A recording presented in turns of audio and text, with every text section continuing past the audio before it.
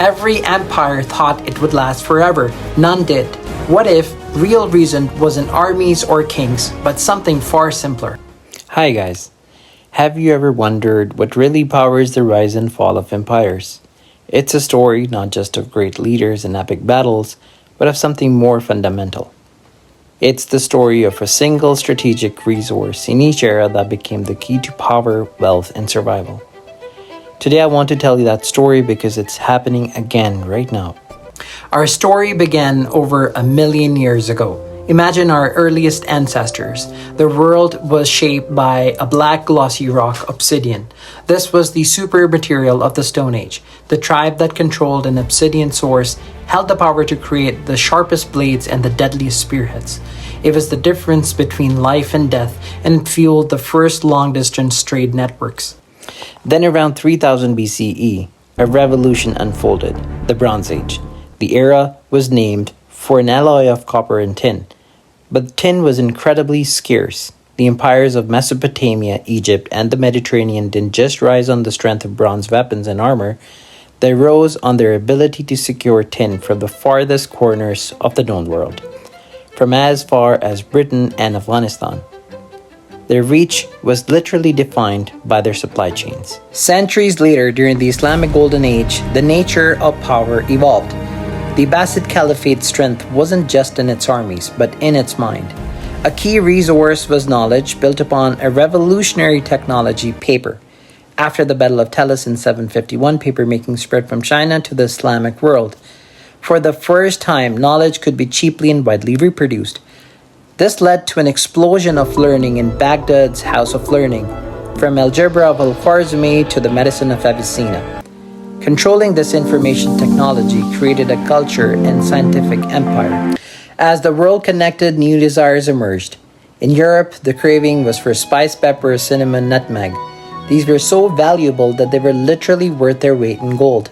This desire didn't just flavor food, it funded vast fleets. It led to the accidental discovery of new continents and forced the first truly global trade routes, setting the stage for the colonial era.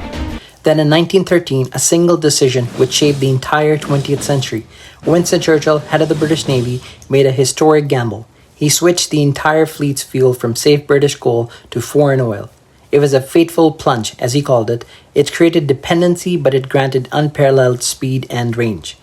From that moment, oil became the lifeblood of global power, dictating fate of nations, the strategies of the World War, and the map of the modern Middle East. And this brings us to our chapter, the resource that is defining our 21st century. They are a group of 17 elements with sci-fi names, rare earths. Think of them as the magic pebbles of our time. Their power is almost alchemical. Neodymium creates the most powerful permanent magnets on Earth. This tiny element is what allows us to build lightweight, incredibly powerful motors in electric vehicles and the massive generators in wind turbines. Dysprosium is the secret stabilizer that lets those magnets perform in the blistering heat of a high-performance engine. Terbium and europium create the brilliant colors on the screen you're watching right now. Without these elements, there's no green energy transition, no modern consumer electronics, and no precision-guided defense systems. They're the invisible, indispensable ingredient of our modern world. And just like with obsidian, tin, and oil, this has triggered a global scramble. The supply chain for processing these minerals is highly concentrated. Today, one nation, China, controls the vast majority of the world's capacity to turn raw ore into usable minerals. This has sparked a response echoing the old spice races. The United States, Europe, and other nations are now investing billions to build their own supply chains. New mines are opening in Australia, processing plants are being funded in North America, and strategic partnerships are forming with resource-rich countries in Africa and South America.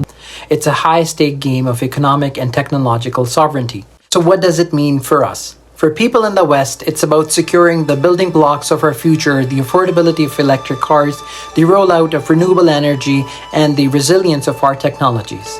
For people in resource-rich developing nations, it's a pivotal moment. It's a chance to build their own high-tech industries and economies, moving beyond just exporting raw materials. But it also carries the age-old risk of exploitation and the resource curse. But the most exciting part of this story is the next page. The future isn't just about mining, it's about innovation. Scientists are pioneering urban mining, recycling rare earths from our old electronics. They're also racing to design new magnets and materials that could reduce or even eliminate our dependence. The quest isn't just to control the resource, but to transcend it. From the obsidian knife to the bronze sword, from the spice ship to the oil tanker, and now the rare earth magnet. The object changes, but the story remains the same. The quest of the strategic resource of the age has always and will always shape our world.